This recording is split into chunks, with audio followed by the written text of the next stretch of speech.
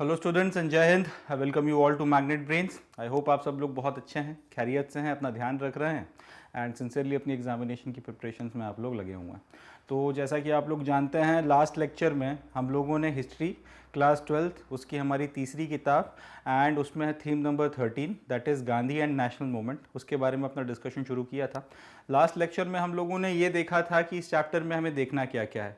हम लोगों ने गांधी जी का जो है पूरा का पूरा एनालिसिस करना है। एक क्रूशियल फेज जो रहा है 1915 से लेके 1948 के बीच तक का, उस पर्टिकुलर टाइम पीरियड में इसमें गांधी जी ने किन मूवमेंट्स को लीड किया, किन को इंस्पायर किया, मासेस के साथ में उनका किस तरीके का इंटरेक्शन रहा, इन सारी चीज़ों को हम लोगों को पढ़ना है। सबसे पहले हम लोगों ने ये चीज़ देखी। उसके बाद में हमने ये देखा कि जब गांधी जी साउथ अफ्रीका से इंडिया लौट कर आए थे तब उस वक्त की क्या परिस्थितियां थीं। उनका जो पहला पब्लिक अपीयरेंस था वो कहाँ पर हुआ था, और उस पब्लिक अपीयरेंस में जो उन्होंने अपनी पहली स्पीच दी थी उसमें फिर उन्होंने हाईलाइट किया था कि उनके सोच या फिर उनके जो विचार हैं वो किस पर्टिकुलर तरीके की किस पर्टिकुलर डायरेक्शन में जा रहे हैं। उन्होंने इस बात को हाईलाइट किया था कि वो पीजेंट्स के उत्थान के लिए काम करना चाहते हैं। वो उन लेबरर्स को, उन फार्मर्स को रिप्रेजेंटेशन देने की बातें कर रहे थे जो इंडिया की मेजॉरिटी थी। मगर बनारस हिंदू यूनिवर्सिटी का जो इनॉग्रेशन हुआ था उसमें उस इनॉग्रेशन सेरेमनी में उनका कोई रिप्रेजेंटेशन नहीं था। और साथ ही साथ उन्होंने इसके अलावा और भी जो बातें करी थी वो सब हम लोगों ने पढ़कर ख़त्म किया था। हमारा जो लेक्चर था हमने इस बात पर समाप्त किया था कि गांधी जी ने ये जो सारे विचार बीएचयू में रखे थे कि हमें किसानों के लिए काम करना होगा, हमें मजदूरों के लिए काम करना होगा, हमें इनको रिप्रेजेंटेशन देना होगा, इन सारे विचारों को प्रैक्टिस में लाने का मौका गांधी जी को लखनऊ सेशन में मिलता है। उसी साल 1916 में जो इंडियन नेशनल कांग्रेस का एनुअल लखनऊ सेशन होता है उसमें चंपारण बिहार से कुछ किसान इनके पास में आते हैं और ये अपने इंडिगो कल्टीवेटर्स के द्वारा इनके साथ में जो बुरा बर्ताव इन किसानों के ऊपर किया जा रहा था उसके बारे में उन्हें बताते हैं और उसमें गांधी जी से इंटरवेन करने की मदद मांगते हैं। अंततः होता यह है कि फरवरी 2016 में बीएचयू में आपने जो स्पीच दी थी जिसमें आपने कहा था कि हमें किसानों के लिए और वर्कर्स के उत्थान के लिए काम करना होगा, फाइनली गांधी जी को पहला मौका हिंदुस्तान में मिलता है अपने इन विचारों को एक्सरसाइज करने का, अपने इन विचारों को ग्राउंड पर मोबिलाइज करने का। अब हमने यहीं पर अपनी बातचीत को ख़त्म किया था। इसी के आगे से हम लोग अपनी बातचीत को बढ़ाएंगे कि किस तरीके से उन्होंने फिर उस पर्टिकुलर जो ये विचार हैं इनको मोबिलाइज किया और किस तरह से फिर वो चंपारण बिहार में अपना ये मूवमेंट जो है किसानों के फेवर में खड़ा करते हैं। यहाँ से हम लोगों ने बातचीत करनी है। तो जो पहला टॉपिक आज हमारा रहने वाला है that is going to be the making and the unmaking of non cooperation. Non cooperation किस तरीके से बना और उसके बाद में फिर नॉन कोऑपरेशन कैसे खत्म हुआ ये हम लोग पढ़ेंगे। मगर उसके पहले का जो पूरा आपका सिनेरियो रहा है, नॉन कोऑपरेशन मूवमेंट 2022 के आसपास आपका जब शुरू होता है तो उसके पहले की जो पूरी की पूरी कहानी है वो सब कुछ अब हम लोग समझेंगे। धीरे धीरे धीरे धीरे कैसे महात्मा गांधी जो हैं वो आपका पृष्ठभूमि पर आते चले जाते हैं, मेन स्ट्रीम में सब आते चले जाते हैं, और कैसे बाकी सारे लीडर्स को जो पहले से मतलब मौजूद थे उन सबको सुपरसीड करते हुए किस तरीके से वो मैसेस के दिल में जगह बनाते हैं, वो सारी बातें हम लोग देखेंगे। और वहां से होते हुए फिर हम लोग आगे बढ़ेंगे कि नॉन कोऑपरेशन मूवमेंट की मेकिंग कैसे हुई और उसके बाद में फिर उसकी अनमेकिंग कैसे हुई, किन फैक्टर्स के आधार पर जो है गांधी जी ने इस मूवमेंट को कॉल ऑफ किया था, वो सारी वहां तक हम लोगों ने इस पर्टिकुलर टॉपिक में बातचीत करनी है। तो जैसा कि मैंने आपको बताया, इंडियन नेशनल कांग्रेस और इंडियन नेशनल कांग्रेस का 1916 का लखनऊ का सेशन, ठीक है जी, 1916 का लखनऊ सेशन। और इसमें कुछ किसान आते हैं और वो ये बोलते हैं कि साहब हम जो है चंपारण बिहार से आए हुए हैं, यहाँ पे इंडिगो कल्टीवेटर्स ने हमारा जीना मुश्किल किया हुआ है, आप हमारी मदद करिए। तो पहली चीज़ तो ये कि चंपारण बिहार में चल के आ रहा था, पहले थोड़ा सा वो समझना पड़ेगा। देखिए, आज की तारीख में आपके जो कपड़े वगैरह हैं इनमें जो रंगने का काम होता है, अलग अलग कलर के जो रंग आपके दिए जाते हैं कपड़ों को, ये सारा का सारा काम सिंथेटिक डाइज वगैरह की मदद से किया जाता है। सिंथेटिक डाइज वगैरह हैं, उनमें आप कपड़ों को डालते हैं, जो भी आप रंग वगैरह देना चाहते हैं वो उसमें रंग में आप रंगते हैं और आगे फर्दर जो भी आप काम करना चाहते हैं आप उसे कर सकते हैं। मगर अगर आप 1800 की बात कर लें, 1850s 1890s तक की बात कर लें, तो इस टाइम पीरियड में इस तरीके की सिंथेटिक डाइज नहीं हुआ करती थी। होता क्या था, आपको बकायदा अलग अलग तरीके की जो डाइज हैं उनको उगाना पड़ता था नेचुरली, या फिर उनको कहीं कहीं से उनकी व्यवस्था करना पड़ती थी। तो अलग अलग तरीके के रंग अगर आप कपड़ों में देना चाहते हैं तो उसकी अलग अलग जुगाड़ कह सकते हैं, फिर अलग अलग व्यवस्था थी। इसी तरीके से एक व्यवस्था की गई थी, वो थी इंडिगो की। इसको हम लोग हिंदी में नील बोलते हैं। कई बार आपने देखा भी होगा घर पे मम्मी वगैरह जो हैं आपकी सफ़ेद कपड़ों में नील दे देती हैं, तो वो हल्का सा नीला कलर एक सफ़ेद कपड़ों के ऊपर चढ़ जाता है। तो होता क्या था कि ये जो इंडिगो है या फिर ये जो नील है, इसकी खेती करना पड़ती है, आपको इसको उगाना पड़ता है। इसको उगाया जाता है, फिर उसकी पूरी प्रोसेस होती है और उससे फिर सिंथेटिक डाई बनता है, उससे फिर एक आपका डाई बनता है और उस डाई की मदद से फिर आप कपड़ों को नीले कलर में रंग सकते हैं या फिर उसके साथ और थोड़ा केमिकल प्रोसेसेस वगैरह कर उससे दूसरे कलर्स वगैरह बना सकते हैं। तो 1800, 1850, 60, 1780 और 90s में ये बिजनेस जो था काफ़ी ज़्यादा फ्लरिश कर रहा था कि आप इंडिगो के प्लांटेशंस वगैरह लगाइए, नील की खेती वगैरह करिए, उससे फिर आप नील वगैरह जो है वो पूरा अपना प्रोसेस वगैरह करके नील बना लीजिए और उसको फिर आप बेचिए, तो वो काफ़ी ज़्यादा दाम में बिकता था। अब इस पर्टिकुलर प्रोसेस को फॉलो करते हुए काफ़ी सारे अंग्रेज जो हैं बिहार के, चंपारण और इसके आसपास के जो क्षेत्र हैं इस इलाकों में आए और यहाँ पर इन लोगों ने किसानों के साथ में एक सौदा किया। इन्होंने किसानों से ये बोला कि हम तुम्हें पैसा भी देंगे, हम तुम्हें बीज भी देंगे हम तुम्हें नील की खेती करने के लिए बीज भी देंगे, मगर शर्त यह रहेगी कि तुम्हें तुम्हारी जो ज़मीन है उसके 1/3 हिस्से पर नील बोना पड़ेगा।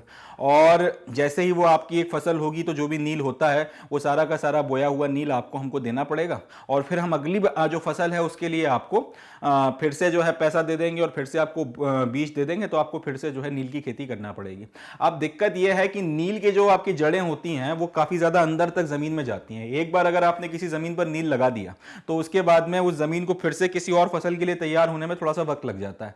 तो किसान ने अगर अपने खेत के 1/3 हिस्से पर अगर नील लगाया है तो उस पर्टिकुलर हिस्से पर वो फिर से नील को नहीं बो सकता, ना वहां पे किसी और चीज की खेती हो पाएगी। उसको कुछ वक्त के लिए 1, 2, 3 सीजन के लिए उस जमीन को खाली छोड़ना पड़ेगा। अब वो दूसरी बार या दूसरे सीजन में जब आपको नील लगाना है तो आपको अपने खेत के किसी दूसरे हिस्से में जो है नील बोना पड़ेगा। इस तरीके से करते करते 2-4 सीजन में आपकी जमीन जो है कुछ वक्त के लिए अनउपजाऊ हो जाएगी, कुछ वक्त के लिए आपकी जो जमीन है वो बहुत अच्छी कंडीशन में नहीं रहेगी। अब इस बीच में अगर आपकी जो फसल है अगर वो खराब हो गई, अगर आपका जो मानसून है वो नहीं आया और क्रॉप फेल हो गया, तो उस कंडीशन में आप फिर जो है सप्लाई नहीं कर पाओगे नील वगैरह की, या फिर आप जो आपका प्लांटेशन वगैरह का जो ओनर था, जो अंग्रेज वगैरह था जिससे आपका कॉन्ट्रैक्ट हुआ था, उसको जितना नील सप्लाई करना था उतना आप दे नहीं पाओगे। ऐसी कंडीशन में फिर शर्तें बड़ी वैसी रखी गई थी कि अगर आप मुझे नील नहीं दे पाए तो फिर आपको मुझे कितना पैसा रिटर्न करना पड़ेगा या फिर मैं आपकी जमीन जब्त कर सकता हूं, इस तरीके की चीजें। तो अब 1870s 80s 90s में जब पूरा का पूरा व्यवस्था लाई गई थी तब चीजें ठीक ठाक चल रही थी। फिर हुआ ये एकदम से आपके अकाल पड़ गए और उसके कारण किसान जो है इस पेमेंट वगैरह में थोड़ा सा डिफॉल्ट करने लगे। दूसरा ये हुआ कि जर्मनी में सिंथेटिक डाइज जो है उनकी डिस्कवरी हो गई थी। तो जब एक सिंथेटिक डाइज एक तो बनाने में आसान थी और ज्यादा कॉम्प्लिकेटेड नहीं थी और बड़ी मात्रा में उनका मैन्युफैक्चरिंग हो सकती थी, तो जब एक बार आपकी सिंथेटिक डाइज वगैरह हो गई तो इंडिगो प्लांटेशन का जो बिजनेस है वो काफी हद तक बैठ गया, वो काफी हद तक जो है खराब हो गया।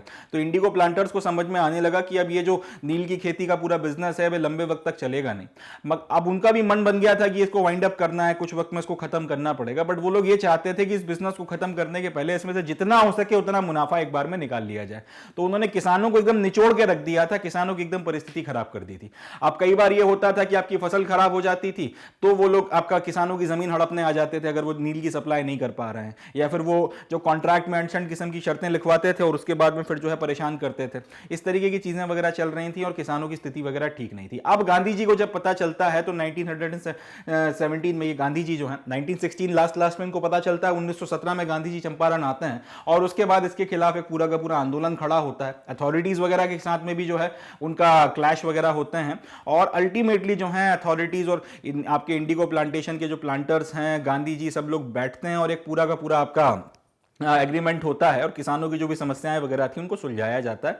फाइनली इंडिगो प्लांटर्स वगैरह जो हैं वो क्षेत्र छोड़कर धीरे धीरे लगभग 10 एक सालों में चले जाते हैं। इस तरीके से गांधी जी जो हैं आपके जो इंडिगो प्लांटर्स के जाल में चंपारण में जो किसान फंसे हुए थे उनकी मदद करते हैं या फिर वो कर पाते हैं और इस तरीके से अपना जो पहला एक कह सकते हैं मूवमेंट था जिसमें उन्होंने अपने विचारों को ग्राउंड पर लगाया था या ग्रास रूट लेवल पर उन्होंने उसको इंप्लीमेंट किया था, उस चीज को वो लेकर आते हैं। तो बस वही बात यहां पर लिखी हुई है कि गांधी जी के 1917 का जो शुरुआती वक्त है वो चंपारण बिहार में बीता था। यहां पर इन्होंने दो चीजें करी थी। पहला ये कि पीजेंट्स की सिक्योरिटी ऑफ टेनर जो है उसको इंश्योर किया कि ये नहीं है कि कोई भी जमीन पे कब्जा कर लेगा, इस तरीके की चीजें। दूसरा ये कि आपको ये फ्रीडम दी जाएगी कि आप जो चाहो वो आपका जो भी आप क्रॉप वगैरह उगाना चाहते हैं वो आप उगा सकें। इंडिगो प्लांटर्स के साथ में आपका क्योंकि कॉन्ट्रैक्ट हो रखा था तो इंडिगो प्लांटर्स ये करते थे कि कोई और दूसरा क्रॉप आपको उगाने नहीं दे रहे थे। जैसा कि मैंने आपको बताया कि सिंथेटिक डाइज वगैरह जो है उनकी डिस्कवरी हो गई थी, तो ये लोग अब अपना बिजनेस वाइंड अप करने के पहले इंडिगो की खेती से जितना हो सके उतना प्रॉफिट कमाने के मूड में थे। इस चक्कर में इन्होंने किया ये कि अभी किसान को मजबूर कर रहे हैं कि तुम जो है अपने दूसरे कोई क्रॉप वगैरह मत लगाओ, तुम बस मेरे नील की खेती करते रहो। किसान को पता था कि अगर मैं ज्यादा से ज्यादा नील की खेती करूंगा तो 2 3 4 सीजन के लिए जो है मेरी जो जमीन है वो खराब हो जाएगी, इसमें फिर कोई और चीज उगाई नहीं जा सकती। तो ये सारी चीजें जो क्लैश वगैरह की स्थिति बनी थी, यहाँ पे गांधी जी ने किसानों की मदद करी और अथॉरिटीज वगैरह का फेवर या सपोर्ट हासिल किया कि हाँ बात सही है, प्लांटर्स जो हैं ये मजबूर नहीं कर सकते किसानों को कि आप सिर्फ नील की खेती करो और बाकी सारी चीजें ना उगा पाओ, इस तरीके की बातों के लिए आप मजबूर नहीं कर सकते। तो ये जो फ्रीडम है कि आप अपने मन के जो है क्रॉप्स कल्टीवेट कर सको, इसकी भी ये भी जो चीज है, ये पर्टिकुलर राइट भी जो है किसानों का गांधी जी ने यहां पर दिलवाया था। जब ये चंपारण का मैटर सॉल्व हो गया तो उसके बाद में 1918 में अपना जो गृह राज्य था, गुजरात का जो इलाका है आज की तारीख में, वहां पर फिर गांधी जी ने 2 और मूवमेंट्स को लीड किया था। पहला मूवमेंट था अहमदाबाद में आपकी मिल स्ट्राइक वगैरह करवाई थी और वहां पे एक लेबर डिस्प्यूट जो था उसको सॉल्व करवाया था। यहां पे हुआ यह था कि वर्ल्ड वॉर 1 वगैरह जो खत्म हुआ था, तो इस टाइम पीरियड में काफी ज्यादा हार्डशिप्स वगैरह आ गई थी। लोगों के पास खाने कमाने को ज्यादा कुछ साधन थे नहीं और जो तनख्वाहें मिल रही थी वो सफिशिएंट नहीं थी, चीजों के दाम जो थे बहुत ज्यादा बढ़ गए थे। तो आपके जो वर्कर्स जो थे वो 50% के करीब बोनस की मांग कर रहे थे और आपके जो फैक्ट्री ओनर्स थे, जो फैक्ट्रियों के मालिक थे, वो इतना बोनस देना नहीं चाहते थे। वो 20% बोनस देने को तैयार थे, इससे ज्यादा देने को वो तैयार नहीं थे। इस तरीके की कुछ परिस्थितियां वगैरह बनी हुई थी। अल्टीमेटली फिर गांधी जी को बुलाया जाता है तो गांधी जी आपके जो लेबर्स हैं उनका सपोर्ट करते हैं और यहां पर फिर एक बड़ी मास स्ट्राइक होती है। फाइनली एक एग्रीमेंट होता है और गांधी जी जो हैं वो इंश्योर करवाते हैं कि इनको थोड़ा 50% के करीब तो खैर नहीं, मगर लगभग 35% के करीब बोनस दिलवा देते हैं। जितने लोगों को नौकरी से निकाला गया था उनको नौकरी पर रखवा देते हैं और इस तरीके से ये जो वर्कर्स वगैरह हैं उनकी काफी हेल्प करते हैं। साथ ही साथ ये भी इंश्योर करवाते हैं कि इनकी जो टेक्सटाइल मिल ओनर्स हैं ये वर्किंग कंडीशंस को थोड़ा सा ठीक करेंगे, वो परिस्थितियों को थोड़ा सा अच्छा करेंगे आपके जो मिल्स वगैरह चल रही हैं उसमें। इसके बाद में फिर वो जाते हैं, एक जगह पड़ती है जिसको कहा जाता है खेड़ा।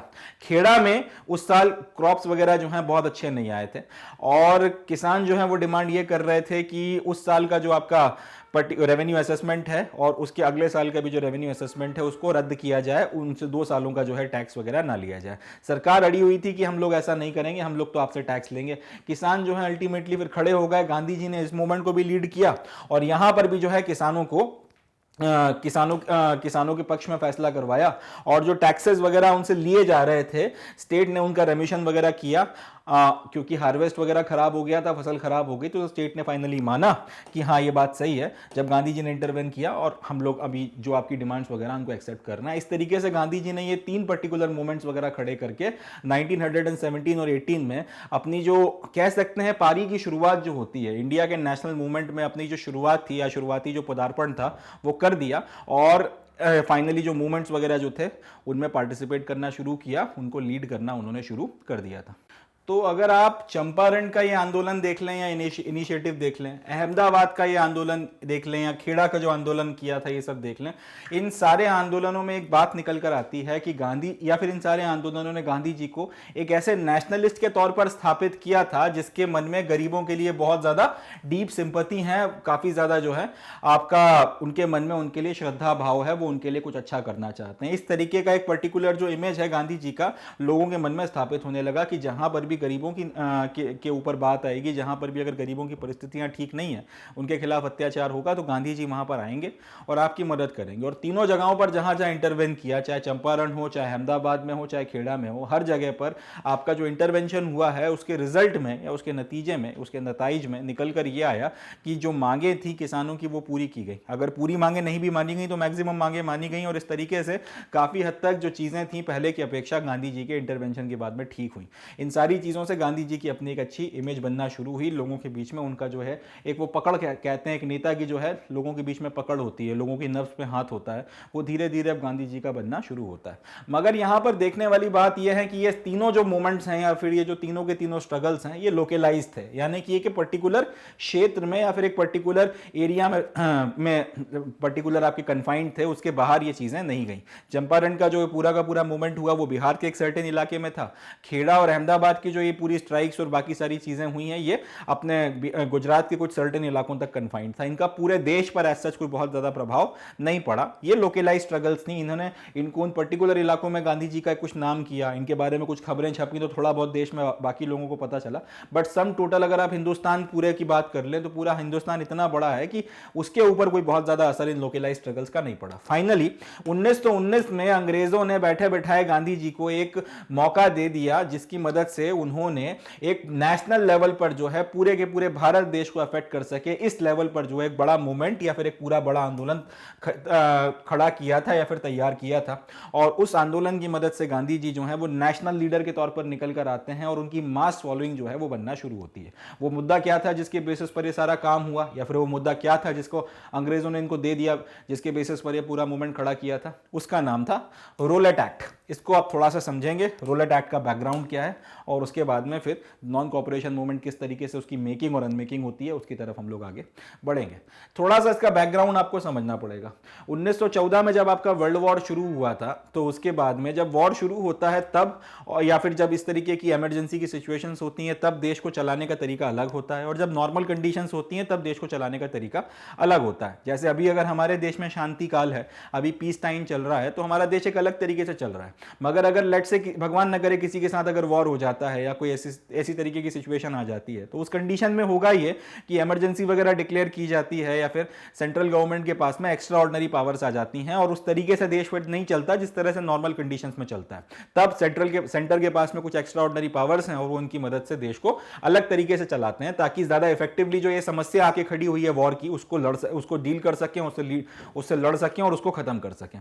ठीक है जी। इसी तरह से जब आपका वर्ल्ड वॉर 1 शुरू हुआ तो अंग्रेजों ने कुछ कानून पास किए थे जिनकी मदद से वो वॉर को इफेक्टिवली डील कर सकें, और अगर इस वॉर के बीच में अगर इंडिया में कोई समस्याएं खड़ी होती हैं तो उनको भी जो है कुचल सकें, उनको भी जो है मिटा सकें। इन कानूनों को अगर एक शब्द में बोलना है तो इसका नाम था defence of India act. Defence of India act के नाम से कानून 1915 में पास हुआ था, और इसने अंग्रेज सरकार को अंटशंट ताकत दे दी थी। ये पावर तक आपको मिल गया था कि अगर किसी को देखकर आपको शक लग रहा है जरा सा भी कि ये इंसान जो है आपके स्टेट के खिलाफ जा रहा है, तो आप उसको उठा लो, बंद कर दो, उस पर कोई मुकदमा चलाने की जरूरत नहीं हो, आप जेल में उसको सड़ाते रहो।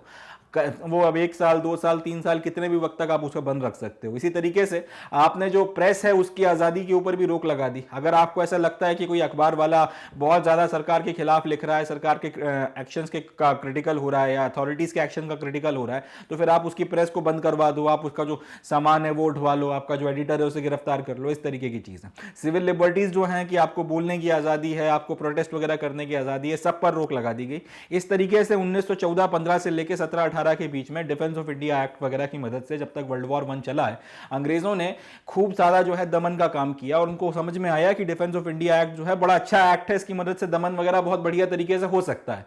मगर जब वॉर खत्म हो गया उसके बाद में आप डिफेंस ऑफ इंडिया एक्ट को कंटिन्यू नहीं रख सकते थे। ये वही बात है कि आपकी किसी से जंग थी, तब तक आपने इमरजेंसी लगा कर रखी, मगर अब जब जंग खत्म हो गई है, शांति काल फिर से आ गया है, तब भी आप इमरजेंसी को कंटिन्यू कर रहे हो, उसका कोई सेंस नहीं बनता। इसी तरीके से अब वर्ल्ड वॉर 1 खत्म होने के बाद में वो कानून जो वॉर के वक्त में अपने इफेक्टिवली लड़ने के लिए और इंश्योर करने के लिए कि किसी तरीके की समस्या ना हो, वो उसलिए पास किया गया था। जब वो कानून वॉर खत्म हो गया तो उसके बाद कंटिन्यू नहीं किया जा सकता। मगर अंग्रेजों को, वो कहते हैं ना, शेर के मुंह में खून लग जाने वाली बात हो गई थी कि अंग्रेजों को मजा आने लगा था इस कानून का इस्तेमाल कर कर हिंदुस्तान में जो भी आपकी अपोजिशन में आवाजें उठ रही थी उनको दबाने में। तो अब इन्होंने ये सोचा या ये जुगाड़ लगाई कि यार कुछ भी करके आपको डिफेंस ऑफ इंडिया एक्ट जो है इसको कंटिन्यू रखना है। तो डिफेंस ऑफ इंडिया एक्ट को फिर एक नया जामा पहनाया गया। इसको उसी तरह से कह सकते हैं कि आपने नई पैकिंग कर कर उस चीज को लेकर आए, और ये जो नया जामा पहनाया गया इसका नाम था रोलेट एक्ट।